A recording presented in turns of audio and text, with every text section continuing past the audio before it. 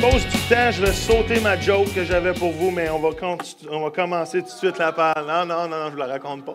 Je la garde pour la prochaine fois. All right, Hébreux 11, 1-6 qui dit ceci. Or, la foi est une ferme assurance des choses qu'on espère, une démonstration de celles qu'on ne voit pas. Pour l'avoir possédé, les anciens ont obtenu un témoignage favorable. C'est par la foi que nous reconnaissons que le monde a été formé par la parole de Dieu, en sorte que ce qu'on voit n'a pas été fait des choses visibles. C'est par la foi qu'Abel offrit à Dieu un sacrifice plus excellent que celui de Caïn. C'est par elle qu'il fut déclaré juste, Dieu approuvant ses offrandes, et c'est par elle qu'il parle encore, quoique mort. C'est par la foi qu'Enoch fut enlevé pour qu'il ne vit point la mort et qu'il ne parut plus parce que Dieu l'avait enlevé, car avant son enlèvement, il avait reçu un témoignage qu'il était agréable à Dieu. Wow! Or, sans la foi, il est impossible de lui être agréable, car il faut que celui qui s'approche de Dieu croit que Dieu existe et qu'il est le rémunérateur de ceux qui le cherchent. Wow, Papa Céleste, je te remercie pour cette parole. Je te remercie pour ces versets ce matin. Je te remercie parce qu'on s'attend à ta guérison, Seigneur, pour ceux qui ont mal au dos. Je te remercie parce qu'on s'attend, Seigneur, à des témoignages et des vies bouleversé cet après-midi, Seigneur, par ces dons de sac à dos, Seigneur, encore plus, Seigneur, ce matin, Seigneur, on s'attend de marcher dans la victoire, Seigneur. On s'attend, Seigneur, de vivre victorieusement parce que tu es un Dieu qui est le Dieu de la victoire. Comment? Alléluia! Le roi des rois, le Dieu des armées, Seigneur. Et on te célèbre, Seigneur, parce qu'on a foi en toi, dans le nom de Jésus. Tout le monde dit... Amen. Wow! Je suis tellement excité de cette série de messages sur l'été dans la victoire. J'espère que vous lisez les pensées dans la victoire. Si vous n'avez pas commencé, allez, s'il vous plaît, le télécharger. On en a vendu au camp. Ils ont parti comme des petits pains chauds. Dans 2 minutes, il n'y avait plus. On en avait emmené 50. Alors, les gens ont soif et j'espère que vous aussi, vous avez soif.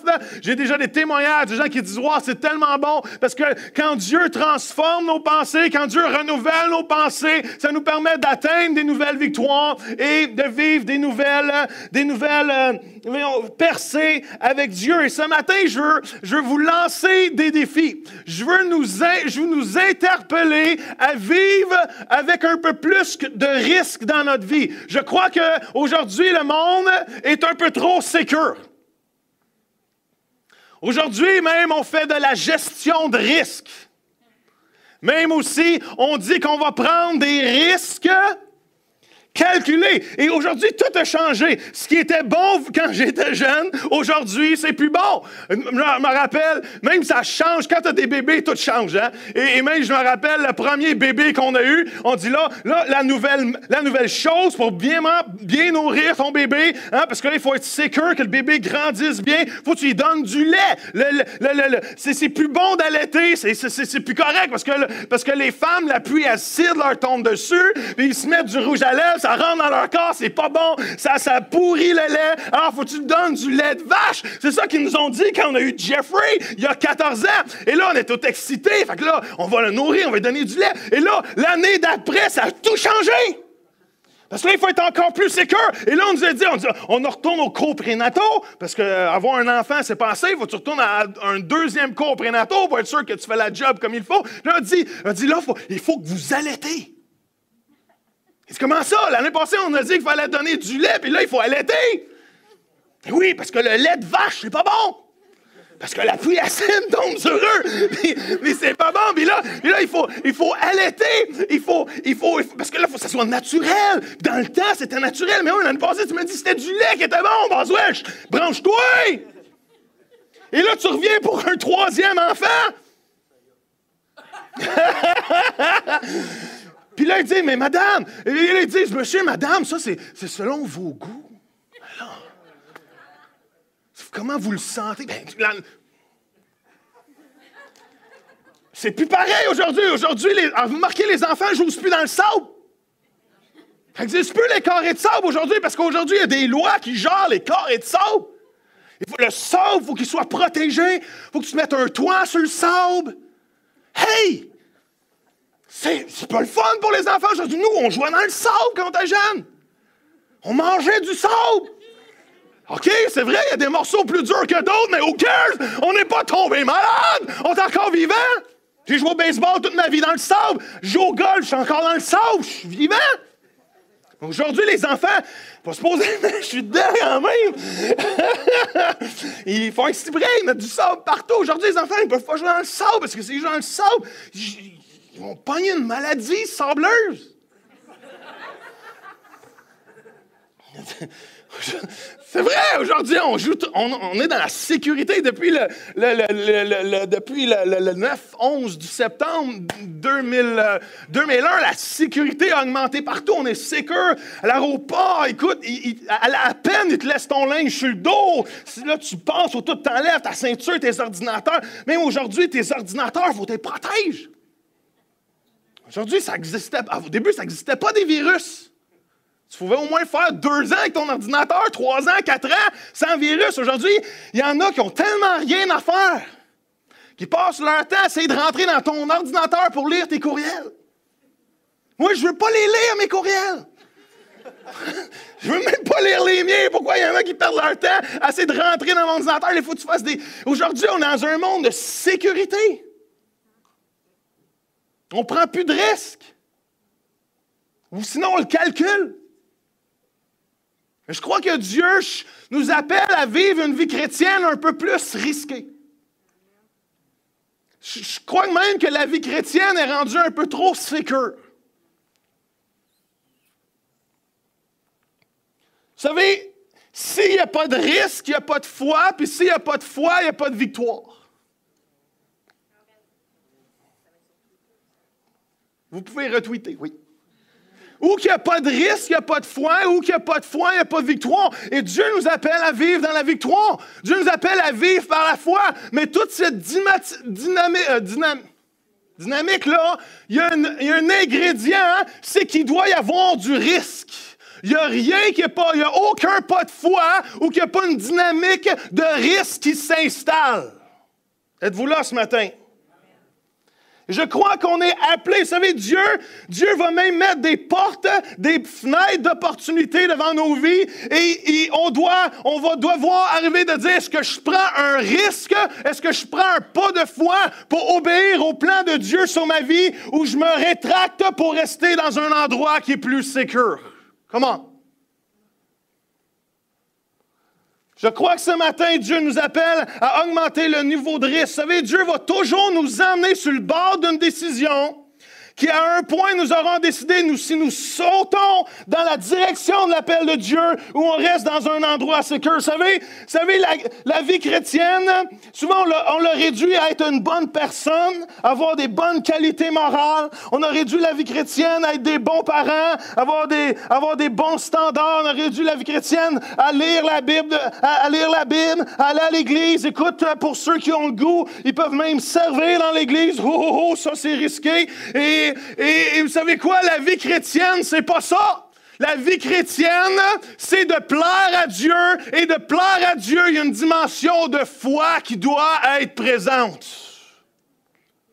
Or, sans la foi, il est impossible de plaire à Dieu. Soit en tant que chrétien, on devrait se tenir un peu plus sur le bord du précipice de la foi.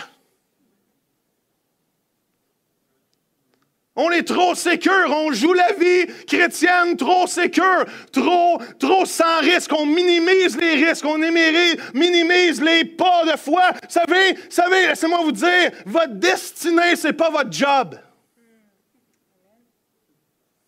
Ça peut inclure votre job, mais c'est pas votre job. Votre destinée, c'est votre rôle dans le royaume des cieux. Come on. Est-ce que vous êtes là ce matin? Votre destinée, ce n'est pas votre travail. Je suis béni pour votre travail. Je suis béni. Peut-être que vous avez un méga salaire. Hallelujah. Praise the Lord. Peut-être que vous êtes riche.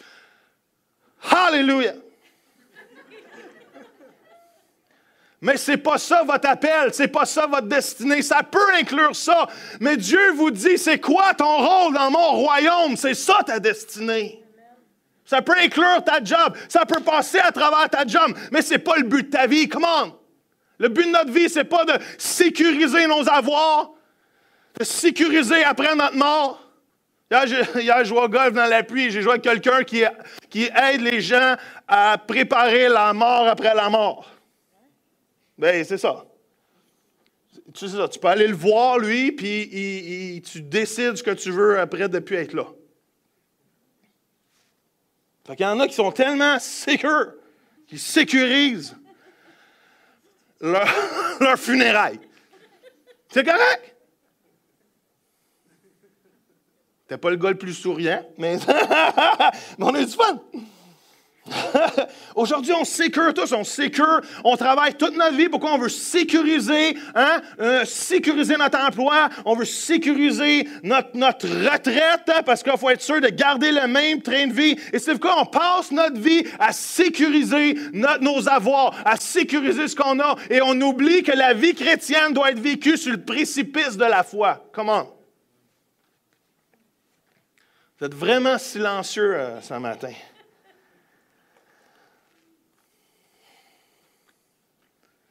À un moment ou à un autre dans ta vie, à chaque aspect de ta vie, tu devras prendre une décision si tu es ancré dans l'obéissance au lieu du confort. Ça n'a pas rapport, mais je vais le dire pareil. Je ne sais pas si je lisais ça ou j'entendais ça, mais il y a quelqu'un qui a dit dernièrement, il dit, si tu ne rencontres pas 2-3 démons dans ta vie, c'est peut-être parce que tu marches dans la même direction.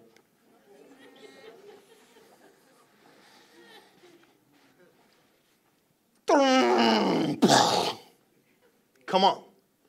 Il faut arrêter de la vivre sécure.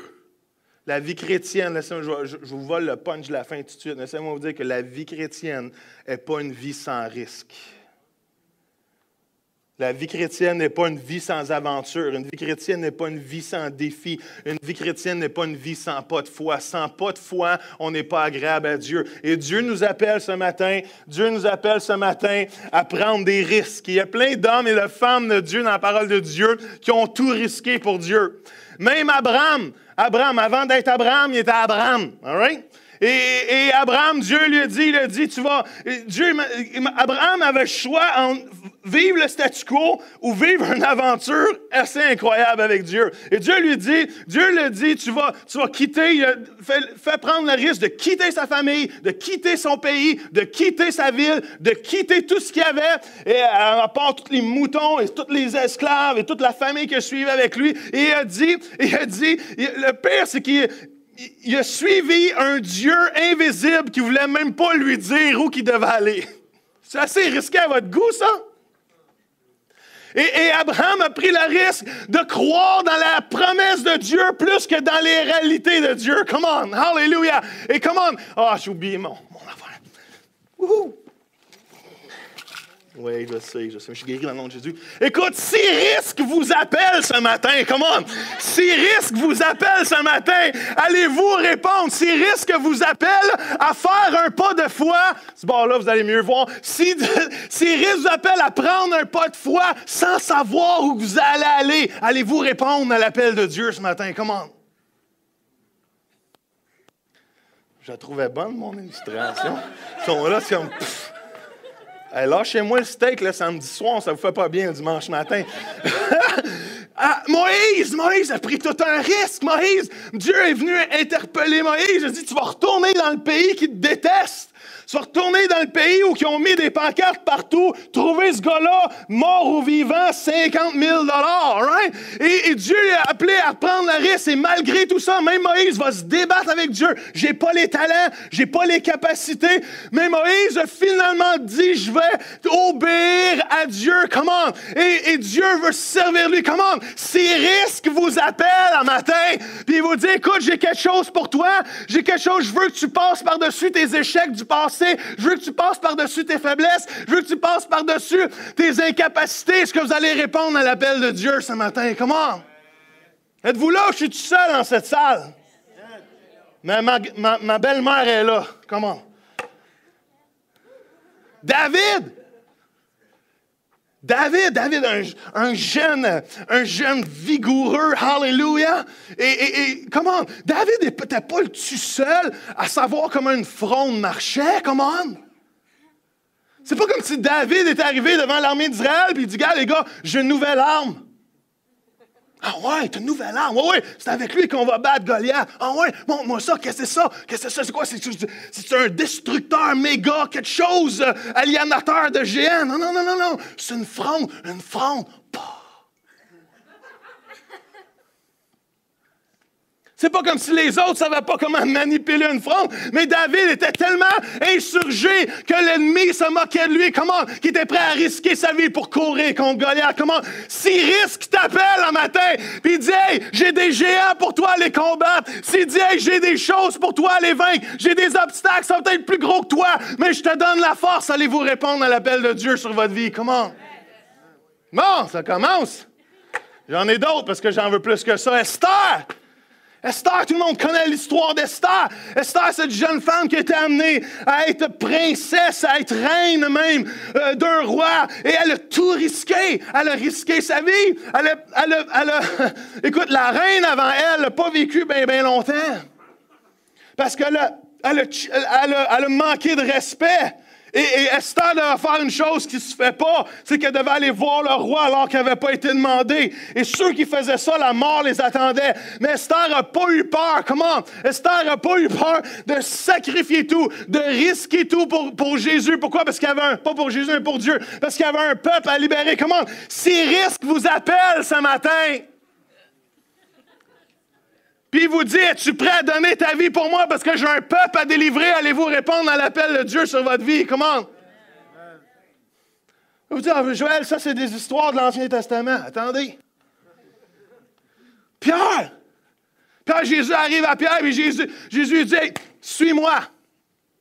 Je te ferai pêcheur d'hommes. Et tout le monde aime cette histoire-là. Wow. Il laissa ses filets, il le suivit. Wow. Tout le monde est amazed par cette histoire-là. Tout le monde dit, wow, moi aussi, Jésus, appelle-moi, je te suivrai. Hallelujah.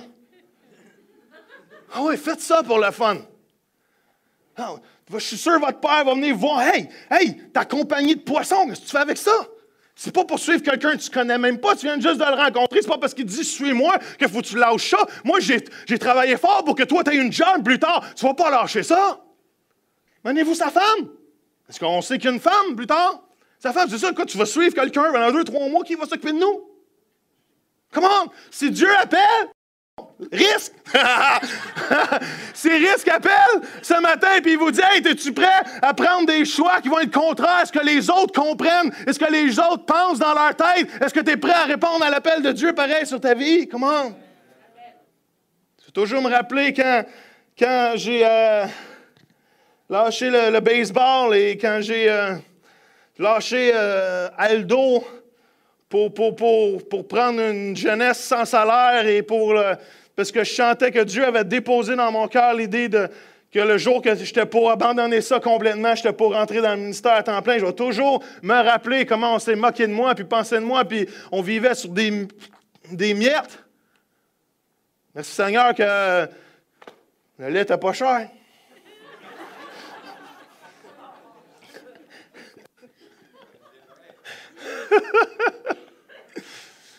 Mais on se moquait de moi, je retournais chez Aldo, puis on dit, ah, c'est toi le pasteur. Ben oui, c'est moi.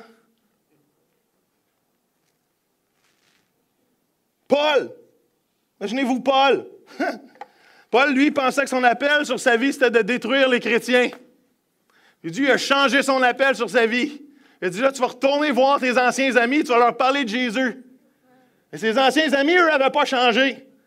Ses anciens amis, quand ils retournaient dans la ville, le lapidaient, le battaient, puis lui arrachaient le visage. Puis il y a même une histoire qui dit qu'à un moment donné, il s'est fait lapider, ils l'ont traîné hors de la ville, puis quand il s'est réveillé, puis il a pris conscience, il est retourné dans la ville les évangéliser. C'est assez du risque à votre goût, ça? Comment?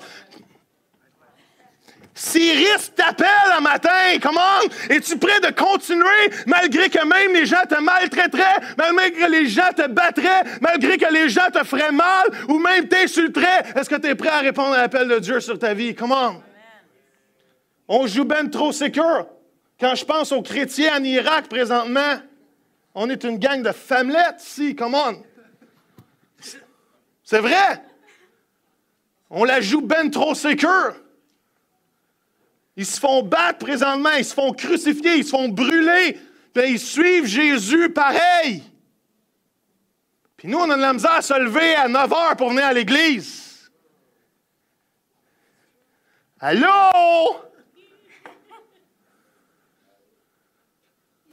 On la joue ben trop sécure. C'est quand la dernière fois qu'on a pris un risque pour Dieu. Et j'en passe. Ah oui, c'est vrai que la différence entre la foi et la folie,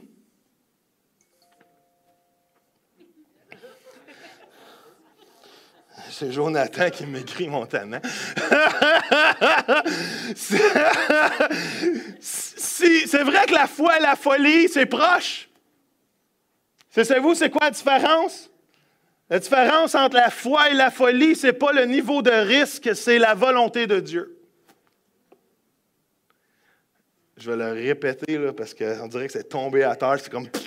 C'est comme ça. Tiens, je m'excuse, hein, c'était bon, mais ils ont pas compris. Come on! La différence entre la foi et la folie, ce n'est pas le niveau de risque, c'est la volonté de Dieu. Come on! Vous savez, je peux prendre un pas de foi et un risque, sachant que c'est la volonté de Dieu et je vais me rapprocher de lui. Mais je peux prendre le même pas de foi sans la volonté de Dieu et je vais m'éloigner de lui.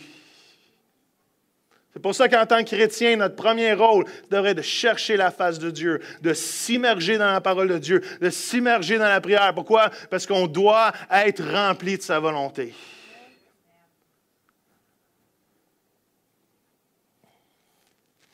Et j'en saute. Il y a plein de gens. Vous savez quoi? Je peux pas me... Je ne sais pas si ça se dit, mais je ne peux pas me moquer du risque de quelqu'un d'autre. Parce que le risque, qui est peut-être un risque pour toi, n'est pas un risque pour moi. Mais un risque qui est pour moi n'est peut-être pas un risque pour toi aussi. Allô? Est-ce que Geneviève, Dieu l'appelle à faire, est peut-être un risque pour elle, mais pour moi, c'est comme mon fils dirait. Il n'est pas là, hein, mais il est chanceux. Les deux doigts dans le nez. Mais peut-être que moi, un risque pour moi, qui est quelque chose qui me challenge, qui me met au défi pour Geneviève, peut-être, c'est comme du beurre dans le poêle.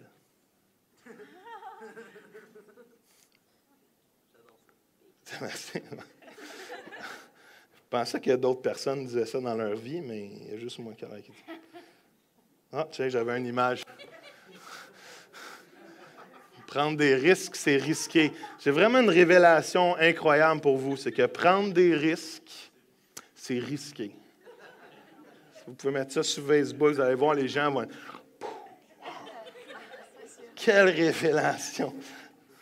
Prendre des risques, c'est risqué. Moi, je sais. Écoute, il y a beaucoup de prières qui ont été mises dans cette phrase-là. Je finis avec 3 choses rapides, mais je crois que c'est important que j'y fasse ce matin. C'est quoi les qualités communes d'un preneur de risque? La première chose, c'est que les preneurs de risque agissent malgré leur peur. Vous savez, de la peur, on vit tous de la peur. Dieu ne nous a pas donné un esprit de peur, Dieu nous donne un esprit de sagesse, d'amour, de révélation, de force. Mais si on est vraiment honnête avec nous-mêmes, on vit tous des sentiments de peur. Peut-être parce que c'est basé sur des mensonges de l'ennemi, mais la peur fait partie des réalités. Il n'y a pas... peut-être David a l'air plus brave que les autres, là, mais on s'entend-tu que Esther, Moïse... je ne suis pas sûr qu'il y ait des moments. Gédéon... il ne faut pas croire qu'ils étaient tous là, puis « Go, war, on va les savoir! » Ils n'étaient pas tous de même, là. Même Marie, quand elle a reçu l'appel qu'elle était pour porter Jésus, l'ange va lui dire « Ne crains point, n'aie pas peur. » Et vous savez que le mot « n'aie pas peur » ou la phrase « n'aie pas peur » est plus de 360 fois dans la Bible, presque une fois par jour, imaginez-vous. Alors, comment vous pensez l'importance de ne pas avoir peur? Pourtant, la peur fait partie. Il n'y a pas un risque qui vient sans peur. Il n'y a pas un choix de foi. Il n'y a pas un risque à prendre où que la peur n'était pas un sentiment. Vous savez, la différence, par exemple, entre les gens qui accomplissent la volonté de Dieu et ceux qui ne l'accomplissent pas, c'est qu'ils ne laissent pas leur peur les manipuler ou les empêcher d'accomplir ce que Dieu les appelle à faire. C'est la seule différence. Moïse n'était pas plus brillant que nous. Gédéon n'était pas plus intelligent que nous. Esther n'est pas d'une meilleure famille, plus éduquée que nous. Au contraire, était abandonnée. Comment? Ces gens-là n'avaient pas une situation plus favorable. La seule différence, c'est qu'ils n'ont pas laissé leur peur les convaincre qu'ils devaient se retirer de la volonté de Dieu pour la jouer sécure au lieu d'être sur le bord de le précipice de la foi. Comment? C'est quand la dernière fois que vous sentez Dieu vous interpeller d'une telle façon que vous saviez que vous aviez un risque à prendre pour rentrer dans sa volonté. Un job peut-être à changer, peut-être un comportement à adopter, peut-être un choix de vie, peut-être un caractère à développer. Et vous dites, pourquoi je ferais ça? Pourquoi je mettrais tant d'efforts? Parce que Dieu te le demande. Et Dieu t'appelle à marcher par la foi. Il y a une phrase tellement que j'ai appris de notre amie Denise Goulet qui nous a toujours dit à moi et à Anna, « Go afraid ». Vas-y en ayant peur. Et vous allez voir que quand on y va malgré la peur, on va avoir des victoires. Quand on y va malgré que des fois, on a les quételles puis ça ne nous tente pas, on va avoir la victoire. Il n'y a aucun obstacle qui ne devrait résister. Il n'y a rien qui devrait... Vous savez, on craint toujours quelque chose. Mais moi, je veux craindre Dieu plus que je crains les hommes, leur opinion ou les obstacles devant moi. Je devrais avoir une crainte de l'Éternel, pas une peur dans le sentiment de j'ai peur de Dieu, mais tellement une révérence devant lui, tellement un désir, tellement je le vois grand, tellement il est grand dans ma vie, tellement il est puissant dans ma vie, tellement il est majestueux dans ma vie, que mon désir de le craindre et de le servir est tellement plus fort que tous les obstacles, ou toutes les peurs, ou toutes les craintes, ou toutes les opinions que ce monde pourrait m'offrir. Comment? Êtes-vous là ce matin? Parce que les gens vont essayer de vous dissuader de servir Dieu. Pensez-vous que Gédéon n'a pas pris un risque? Il était 30 000 contre déjà 100 quelques mille. Déjà, c'était 1 pour 3. Je ne sais pas, mais vous, 1 pour 3, moi, je ne gagne pas. À part si je suis un Ninja Turtle, moi, je ne gagne pas. Ils sont baissés à 10 000. Ils sont baissés à 300. À 300, ils ont battu une armée de plus de 100 000 personnes. Pourquoi? Parce que c'était la volonté de Dieu. Parlez-moi d'un risque, vous. 1 contre 100, pas grand chance. Et je pense en tant que chrétien, un peu comme au poker, on devrait être quelque part de être tous les jetons au milieu et de dire, moi, je suis all-in. Je suis all-in pour Dieu. Je suis all-in pour l'appel de Dieu sur ma vie. Je suis all-in pour le servir. Je suis all-in pour l'obéir. That's it. C'est ça la vie chrétienne. C'est ça la vie chrétienne. Deuxième chose, c'est que les gens qui sont des preneurs de risques pour Dieu croient en un grand Dieu. Or, sans la foi, il est impossible de lui être agréable, car il faut que celui qui s'approche de lui, quoi? Croit que Dieu existe et qu'il est le c'est ça, de ceux qui le cherchent. Vous savez, il y a plusieurs personnes qui croient en Dieu, mais qui vivent comme s'il n'existait pas. Je vais vous le répéter. Il y a plusieurs personnes qui croient en Dieu, mais qui vivent leur vie comme il n'existait pas. En tant que chrétien, Dieu dit, or, sans la foi, il est impossible de lui être agréable. Allô? C'est clair? Impossible. Et ceux qui croient en lui doivent croire que Dieu existe. Comment? Quelque part, la première partie de ce verset est en train de dire comme si je veux plaire à Dieu, je veux commencer avec l'idée de croire que j'ai un grand Dieu. Que non seulement j'ai un grand Dieu, c'est qu'il existe, qu'il est vrai, qu'il est réel, qu'il est puissant, qu'il est omniscient, qu'il connaît tout, qu'il sait tout, qu'il m'a créé, qu'il est capable d'avoir les victoires sur toutes choses, qui est bon, qui m'aime. Come on! Ça, c'est le Dieu qu'on a. C'est ça qui fait qu'on peut aussi développer une vie de foi. C'est qu'on a une confiance en un grand Dieu. Et non seulement on a un grand Dieu, c'est qu'on a un Dieu qui aime et qui est tellement bon, qui est le rémunérateur de ceux qui le cherchent. Comment? Dieu n'est pas celui qui t'envoie du trouble. Dieu est celui qui rend ta foi à la perfection. Come on! Il y en a des fois qui interprètent des situations négatives. C'est vrai, c'est pas le fun, des situations négatives. C'est pas Dieu qui les envoie. Come on! On a fait le choix un jour, il y a plusieurs années, qu'on était préférable de vivre sans Dieu. En mangeant du fruit de l'arbre, la connaissance du bien et du mal. À ce moment-là, tout a viraillé, tout a déraillé. Comment? Et Dieu, par Jésus-Christ, a voulu tout restaurer ça. Comment? Par la mort de son Fils à la croix. Mais ce n'est pas le plan de Dieu de vous envoyer du trouble. Le plan de Dieu, c'est de vous restaurer, de vous ramener à lui, de vous faire connaître son amour, de vous faire connaître sa présence. Comment? Et d'emmener votre foi à sa perfection. Hallelujah! Comment? C'est ça la différence entre ceux qui vivent des choses incroyables pour Dieu et ceux qui vivent des fois, plus souvent qu'autrement, dans la détresse. La foi, c'est de faire ce que Dieu te demande de faire quand tu as le goût, mais surtout quand tu n'as pas le goût. Parce que quand tu as le goût de faire quelque chose, c'est pas difficile. Hier, ma belle-mère était à la maison, hallelujah, praise the Lord, et mon épouse avec quelqu'un, avec elle, et j'ai fait ce que j'aime faire. J'étais allé jouer au golf, même s'il pleuvait à Sio, mais c'est pas grave, il y a du sable. Hallelujah. et c'est pas dur d'aller faire quelque chose que tu aimes faire. All right? Mais d'obéir à Dieu, c'est de faire aussi les choses que tu n'aimes pas faire parce que lui te demande de le faire. Et c'est ça la foi. C'est ça la foi. Êtes-vous prêt à prendre un risque pour Dieu ce matin? Êtes-vous prêt à devenir un peu plus risqueux? Si ça se dit bien. Dernière chose ce matin.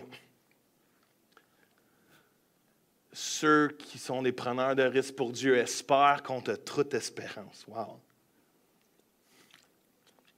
Or, sans la foi est une ferme assurance de quoi? Des choses qu'on espère, une démonstration de celles qu'on ne voit pas. Je ne sais pas pour vous, mais on vit tous des moments où, il me semble, il n'y a pas d'espoir. On vit tous des moments où on peut avoir des moments où on va pleurer dans notre oreiller, des moments où que le désespoir va rentrer. Je vais toujours me rappeler le moment que sur les 2 fers en l'air sur la table d'opération, mon médecin me dit « Tu as le cancer de la vessie. » Yeah! Merci de m'avoir préparé, là. C'était le fun, ça. Tu aurais pu me préparer psychologiquement, m'emmener dans ton bureau, me dire, écoute, assis-toi comme il faut, j'ai quelque chose à t'annoncer, peut-être ça va te frapper un peu, mais inquiète-toi pas, tout va bien aller. Non, assis sur la table d'opération. Ah oui, je vois que tu as un cancer de la vessie. Eh bien, et pour 2-3 jours, j'étais sans espoir. 2-3 jours, peut-être j'aurais aimé rencontrer déjà cet homme-là avant que j'ai joué au golf hier et préparé mon après. All right? Mais il y a des moments où on est sans espoir. Mais ceux qui vivent et qui prennent des pas de foi radicales, c'est des gens qui gardent espoir malgré le manque d'espoir. Le mot espoir en grec, c'est elpis, puis ça signifie d'avoir une joie qui t'anime malgré les circonstances. C'est d'avoir une attente malgré les obstacles. Comment? Ceux qui espèrent malgré le manque d'espoir comprennent que les choses négatives, Dieu est capable de les tourner en bien et que même Dieu est capable de mettre des tables entre moi et mes adversaires. Comment? Le roi Josaphat a vécu une histoire assez rocambolesque un moment donné où que 3 pays se sont mis contre lui. Moab et deux autres, et ça disait qu'il était entouré. Ça disait qu'il était entouré. C'est 3 pays sanguinaires, 3 pays qui étaient là pour les détruire. Et les 3 pays entouraient. Et ça dit dans le verset, je ne sais pas si je l'ai écrit, dans 2 Chroniques, ça disait dans sa frayeur. Est-ce que Josaphat a l'air courageux là? Hein? Dans son courage. Freedom!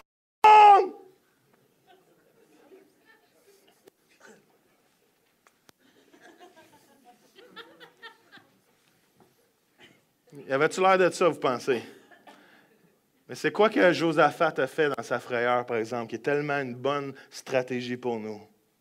Dans sa frayeur, Josaphat se disposa à chercher l'Éternel. Wow! Comment? Et vous, la stratégie des gens qui prennent des risques, c'est des gens que malgré les peurs, malgré le manque de foi, malgré le manque d'espoir, ils vont se mettre une chose comme but, c'est de chercher l'Éternel.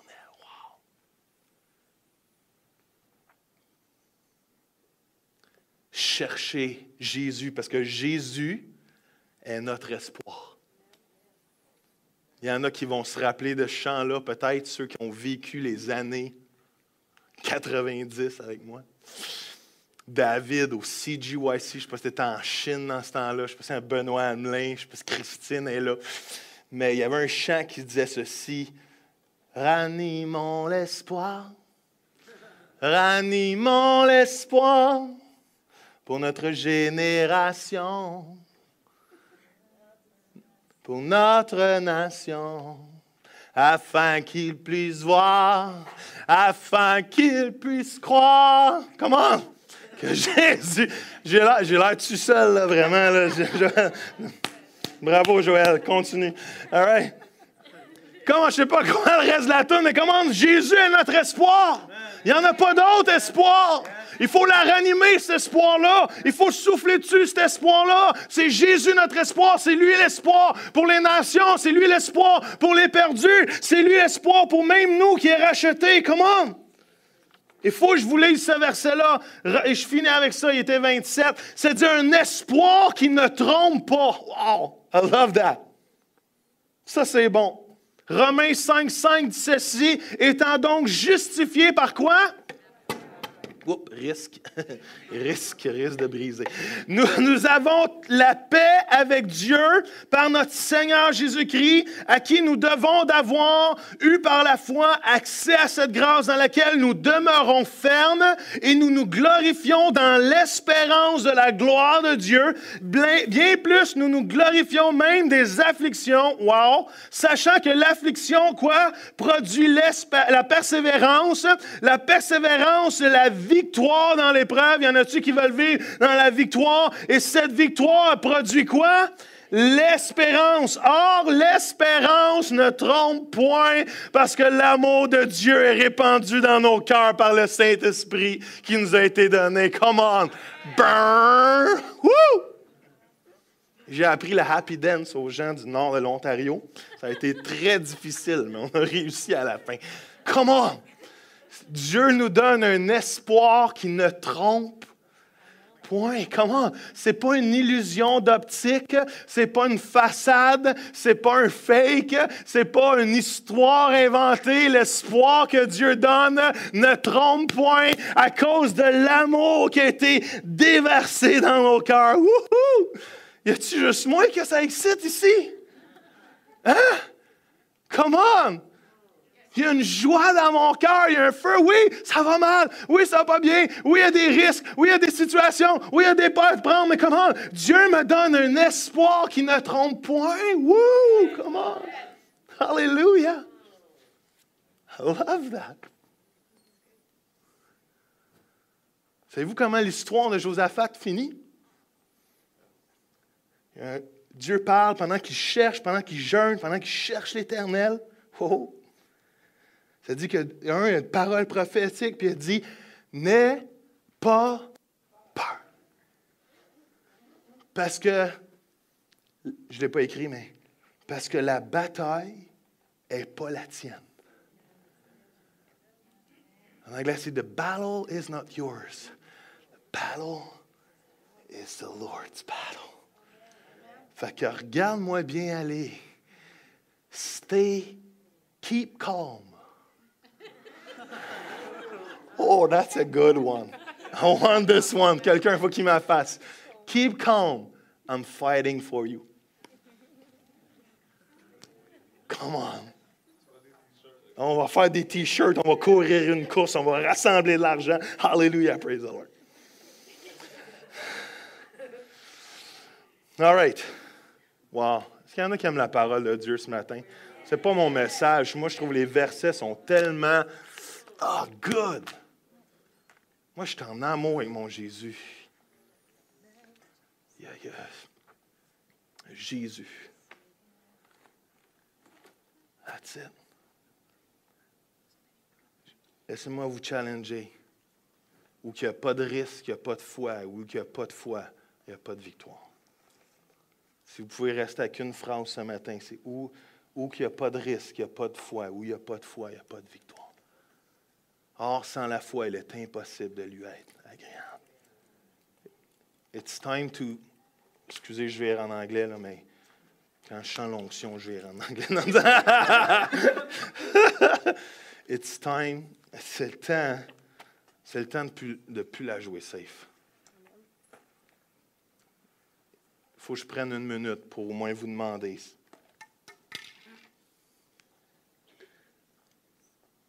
Est-ce qu'il y en a qui ont dit ce matin, Joël, moi je veux me shaker, puis je veux prendre des risques. Si c'est votre cas ce matin, juste levez-vous rapidement. Je sais que c'est un appel tellement large, puis peut-être ça va inclure beaucoup de gens, mais Dieu nous appelle à répondre ce matin. Moi, c'est le temps que je prenne un risque pour Dieu. C'est le temps que je me shake. C'est le temps que je prenne un pas de foi.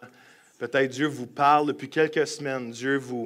Pensez pas que quand on a décidé de prendre l'Église, on n'avait pas peur. Pensez pas que quand on a commencé le GU, on n'avait pas peur. Pensez pas qu'à chaque fois qu'on a pris un pas de foi pour Dieu, on n'avait pas peur. Il y a des moments où on se demandait ce qu'on faisait là. C'est-tu vraiment toi, Père? C'est bien facile. C'est toujours plus facile de te convaincre de rester dans ton confort que de sauter par la foi et d'obéir à Dieu. Et Seigneur, peut-être juste ceux qui sont debout, levez les mains rapidement.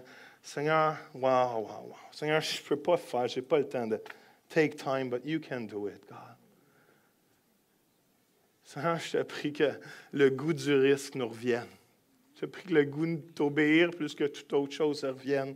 Seigneur, quand un risque nous appelle cet après-midi, quand un risque nous appelle demain matin, Seigneur, je te prie qu'on puisse répondre et dire oui à ton appel. Seigneur, on veut arrêter de jouer safe. On veut arrêter de calculer les risques. On veut arrêter de gérer nos risques. Seigneur, on veut vivre par la foi, Seigneur. La foi, c'est une ferme assurance des choses qu'on espère. Seigneur, l'espérance que tu nous donnes ne nous trompe point. Elle est vraie, elle est réelle. Elle est rendue réelle parce qu'on sent ton amour dans nos vies, Seigneur. Tu es un Dieu qui nous aime. Alors, on n'a pas peur de se pitcher en bas du précipice de la foi, Seigneur, parce qu'on sait que tu nous soutiens de tes mains, Seigneur. On sait que tes anges sont là pour combattre pour nous et nous soutenir, Seigneur. Oh, Seigneur. Oh, Seigneur.